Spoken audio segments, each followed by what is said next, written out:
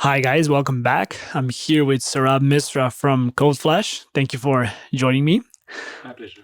So you just had your talk here at the Shift Miami 2025 conference. How was your talk? How did you like the audience, and how did you like the conference so far? Yeah, thank you so much for inviting me here. I think that the talk was amazing. I was talking about how do you ensure that all the code that people write and AI agents write is always performant. And yeah, I love the audience over here. Miami is like a wonderful place to be right now. Is it your first time in Miami, or? I've been here before, but this is my first time in times in the summer, and I think it's very different. Miami is very different in the summer as compared to the winters, is what I would say. I totally agree.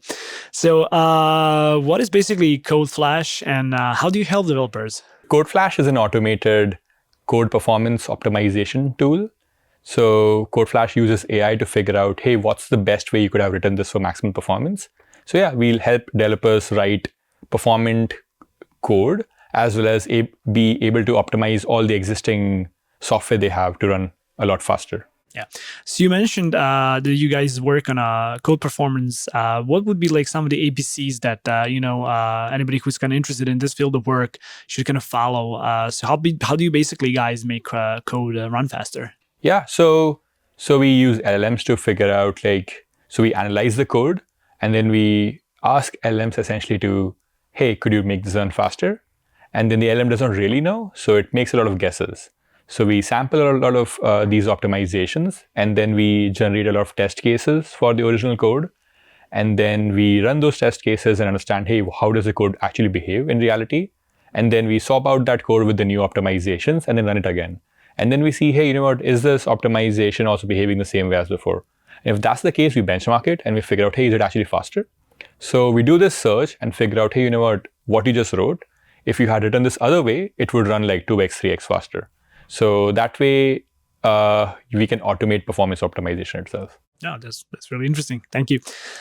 So how do you basically balance the efficiency of AI coding tools and still continue to learn and grow as an engineer? I know there has been a lot of talk at Shift conference this year that basically developers, there are going to be fewer of them because with the AI agents and everything, there's definitely going to be a lot less work for developers in terms of just like simple coding.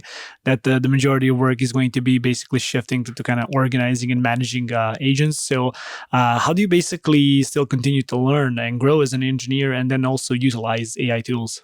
Yeah, I think there's a few things. So just the fundamentals of software engineering programming don't change.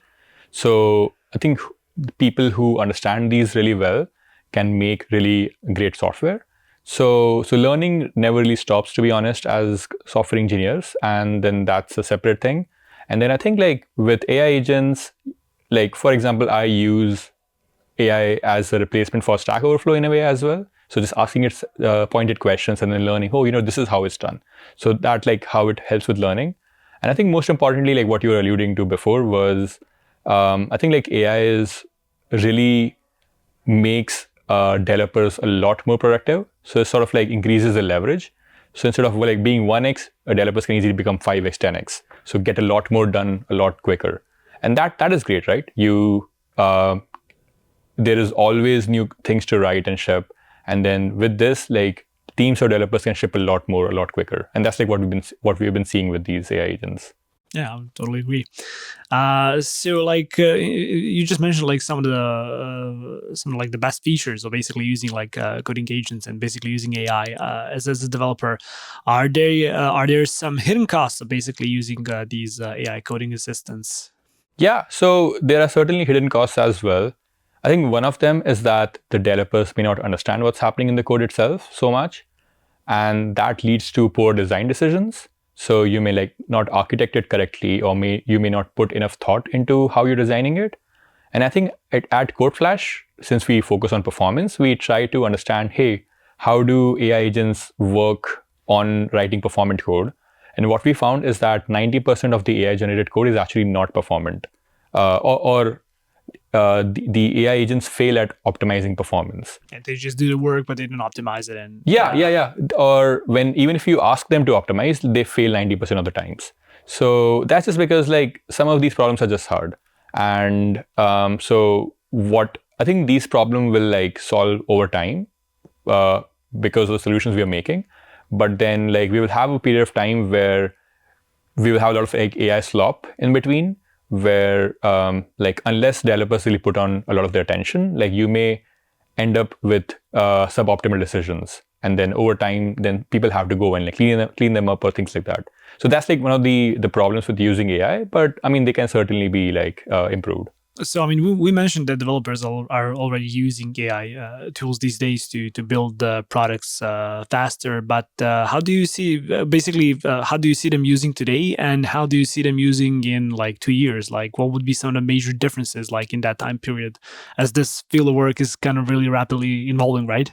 Yeah, I think it's like because it's evolving so rapidly. Like even the things that developers are doing right now would be very surprising to me like 1 year ago. I think it's like hard to make these projections. But I think right now developers are using AI as like a knowledge base of information. They're using it to like implement small like snippets of code. Like developers are using it to implement like larger, like well-defined features. So that's like what's happening. And I think we're seeing just like AI become more and more powerful over a period of time. And then like the scope of things it can actually implement is growing larger. And I think like that's gonna happen because people have this need for implementing harder problems. And I think AI is just going to get better and better at ensuring that the quality of code is much higher. It can implement like larger features. And I think like this is like what people are building towards, that is like autonomous coding agents. And I think there are like few missing pieces over there in terms of even defining what you want. So if and I think this requires like a new type of a thought in terms of like how do we ask the agents to define what they should build. But I think there's like a bunch of ways. For example, like if you have a mock of the UI, right? That could be a good definition for what is expected of it. So I think like that's like where things are going to happen. I think it will become more and more higher level. So you don't have to like understand the very details of like how this particular operation is done.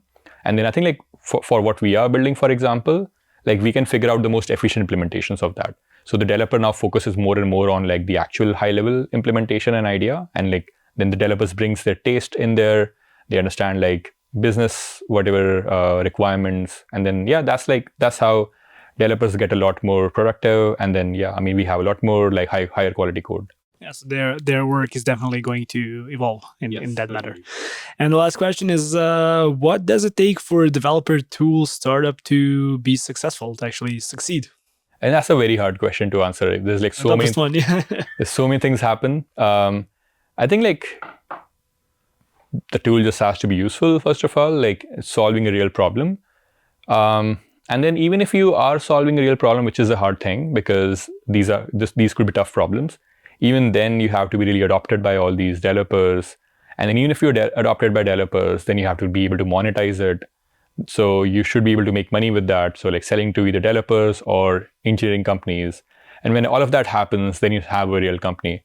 And then it's about growing things, and it's like a whole long topic in there. But yeah, I think it's developer tools are really interesting because selling to the builders really like increases the power of these developers, and that leads to a lot more like multiplier effect on what's going to be built in the future. So I think it's like really interesting to build for the developers, especially as we build these things, we are solving some really hard challenges. So as developers ourselves, we like building this. And then it's like really fun to talk to users and customers because we are solving technical problems with them. So it's just a fun space to build in. Like I've heard from other founders that it's like hard to sell to developers. But then, yeah, I think it's like very rewarding. Yeah, I think you just have to nail your ABCs because it is a specific market, but they are really kind of looking for certain things that are going to work. You cannot like BS them exactly. when it comes to a product. Yeah, certainly. I think like developers I think that's a good thing because developers, like you can't send marketing fluff to them and then expect them to buy. You have to be really rigorous about what you're saying, and then developers still like are always skeptical about these claims. So you have to like really demonstrate that it actually does work. But then the good thing about developers is that like once they adopt something, they can become fanatics about the technology. So like, I'm always going to use that. Yeah. So it's an interesting persona. I couldn't agree more. So thank you so much for taking the time, and thank you also for visiting Shift Miami, and hope to see you again next year. For sure. Thank you so much. Thank you.